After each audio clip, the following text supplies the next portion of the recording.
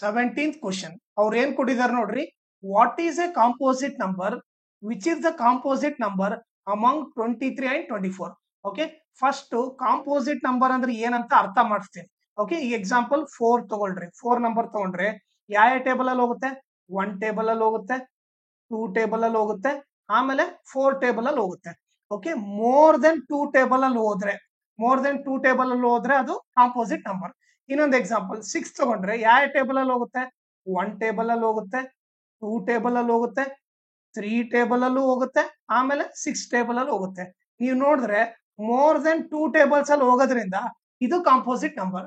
ಅದೇ ನೀವು 2 ತಗೊಂಡ್ರೆ ಎರಡೇ ಟೇಬಲ್ ಅಲ್ಲಿ ಹೋಗುತ್ತೆ, ಐದರ್ 1 ಟೇಬಲ್ ಅಲ್ಲಿ ಹೋಗುತ್ತೆ ಇಲ್ಲ 2 ಟೇಬಲ್ ಅಲ್ಲಿ ಹೋಗುತ್ತೆ. ಇದು ಬರೀ ಎರಡೇ ಟೇಬಲ್ ಅಂದ್ರೆ ಮೋರ್ ದೆನ್ 2 ಟೇಬಲ್ ಅಲ್ಲಿ ಹೋಗ್ತಿಲ್ಲ, ಇದು ಕಾಂಪೋಸಿಟ್ ನಂಬರ್ ಅಲ್ಲ. ಅದೇ ರೀತಿ 3 ಕೂಡ ಅಷ್ಟೇ. 3 ಬರೀ 1 ಮತ್ತೆ 3 ಟೇಬಲ್ ಅಲ್ಲಿ ಮಾತ್ರ ಹೋಗುತ್ತೆ, ಮೋರ್ ದೆನ್ 2 ಟೇಬಲ್ ಅಲ್ಲಿ ಹೋಗಲ್ಲ, ಇದು ಕಾಂಪೋಸಿಟ್ ನಂಬರ್ ಅಲ್ಲ. ಓಕೆ, ಸೊ ಡೆಫಿನೇಷನ್ ಬರಿ ಅಂತಂದ್ರೆ ಏನ್ ಬರಿಬೇಕು? It is a natural number or a positive integer which has more than 2 factors, ಅಂದ್ರೆ ಮೋರ್ ದೆನ್ 2 ಟೇಬಲ್ಸ್ ಅಲ್ಲಿ ಹೋಗ್ಬೇಕು. ಓಕೆ, ಆಮೇಲೆ ನೆಕ್ಸ್ಟ್ ಕ್ವಶನ್ ನೋಡ್ರಿ, ಇದನ್ನ ಎರೇಸ್ ಮಾಡ್ತೀನಿ. ಓಕೆ, ಇನ್ನೊಂದು ಕ್ವಶನ್ ಏನ್ ಕೇಳಿದಾರೆ ಅವರು ನೋಡ್ರಲ್ಲಿ ಏನ್ ಮಾಡಿದಾರೆ, ಇದನ್ನ ಎರೇಸ್ ಮಾಡ್ಬಿಡ್ತೀನಿ.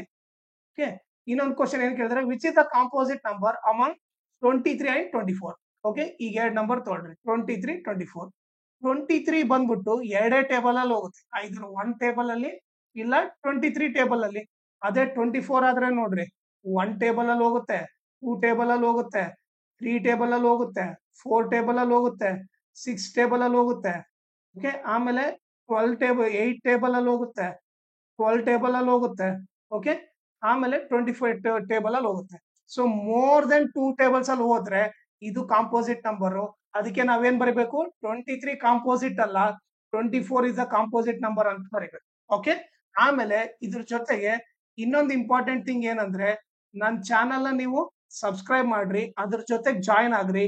ಜಾಯಿನ್ ಆದ್ರೆ ಎಕ್ಸಾಮ್ ನಲ್ಲಿ ನಿಮ್ಗೆ ಯಾವ ಟೈಪ್ ಕ್ವಶನ್ಸ್ ಬರುತ್ತೆ ಅದನ್ನ ಯಾವ ತರ ಈಸಿಯಾಗಿ ಸಾಲ್ವ್ ಮಾಡ್ಬೋದು ಅವನ್ನೆಲ್ಲ ಹೇಳ್ಕೊಡುತ್ತೆ. ಸೊ ಅದಕ್ಕೋಸ್ಕರ ನೀವು ಜಾಯಿನ್ ಆಗ್ರಿ.